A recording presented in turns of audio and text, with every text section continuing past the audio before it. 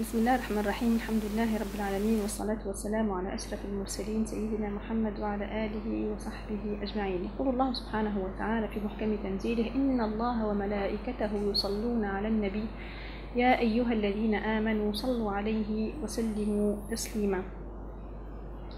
Donc c'est un verset très très connu. Donc Allah subhanahu wa ta'ala et ses anges prient sur le prophète alayhi salatu wa salam, et il exhorte les croyants: ô vous les croyants, ô vous qui croyez, priez sur le prophète alayhi salatu wa salam et adressez-lui vos salutations.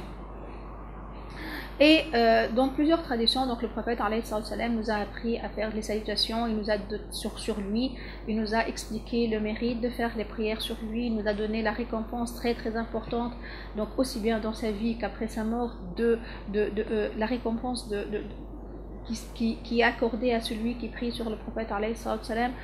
Nous savons que Salat al-Ibrahimiyya qu'il a appris aux compagnons pour le saluer de la manière la plus convenable et fait partie intégrante même de la prière, de l'obligation, de l'acte obligatoire qui est la prière. Et donc la prière sur le prophète alayhi salatu wa salam est quelque chose de très important. Elle a été incluse dans la prière. Mais ce qui est assez étonnant, subhanallah, c'est que pourquoi Allah subhanahu wa ta'ala l'a appelé salat, c'est-à-dire on aurait pu utiliser un autre terme que de dire salat, on aurait pu dire faites des invocations, faites des évocations. On a besoin d'expliquer le terme pour faire la différence entre la prière obligatoire et le fait de prier sur le prophète alayhi salatu wa salam. En vérité, quand on comprend l'importance de prier sur le prophète sallallahu alayhi wa sallam dans la vie du croyant, on comprend que Allah subhanahu wa ta'ala l'a appelé salat, entre autres choses, comme si pour rappeler que c'est la chose la plus c'est une des choses les plus importantes que le croyant doit jamais oublier et qu'il doit comprendre son intérêt pour en profiter. Alors justement pour mettre en valeur cela, il y a un hadith qui a été rapporté par Sayyidina Abdullah ibn Umar radiyallahu anhu wa ardahuma.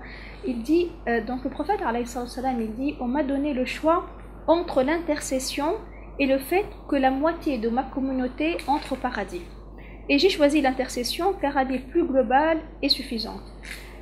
Et elle n'est pas en faveur des premiers croyants, donc elle n'est pas en faveur de les premiers croyants, ça veut dire les croyants des peuples prédécesseurs, mais elle est pour ceux qui ont accompli des péchés et des erreurs ou qui ont été souillés par les actes de désobéissance.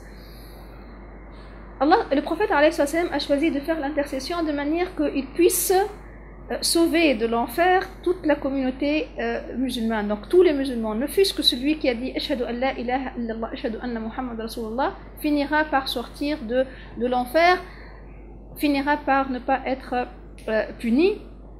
Alors, savoir déjà cela du prophète alayhi salam nous demande d'avoir une relation particulière avec lui, parce qu'on sera tous sauvés grâce à l'intercession du prophète alayhi salam, ou on sera élevé dans les degrés de paradis grâce au prophète alayhi salam.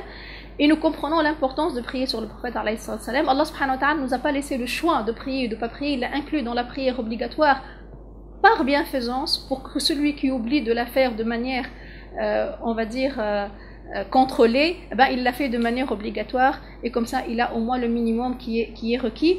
Celui qui n'a pas de cheikh pour lui diriger, on lui dit de prier sur le prophète alayhi salam. Celui qui a un problème, on lui dit prier sur le prophète alayhi salam. Celui qui n'a pas de quoi faire en aumône, on lui dit prier sur le prophète alayhi salam. Quand il y a des jours méritoires et des moments méritoires sur l'année, et on regarde nos prédécesseurs pieux, qu'est-ce qu'ils faisaient? Ils priaient sur le prophète alayhi salam.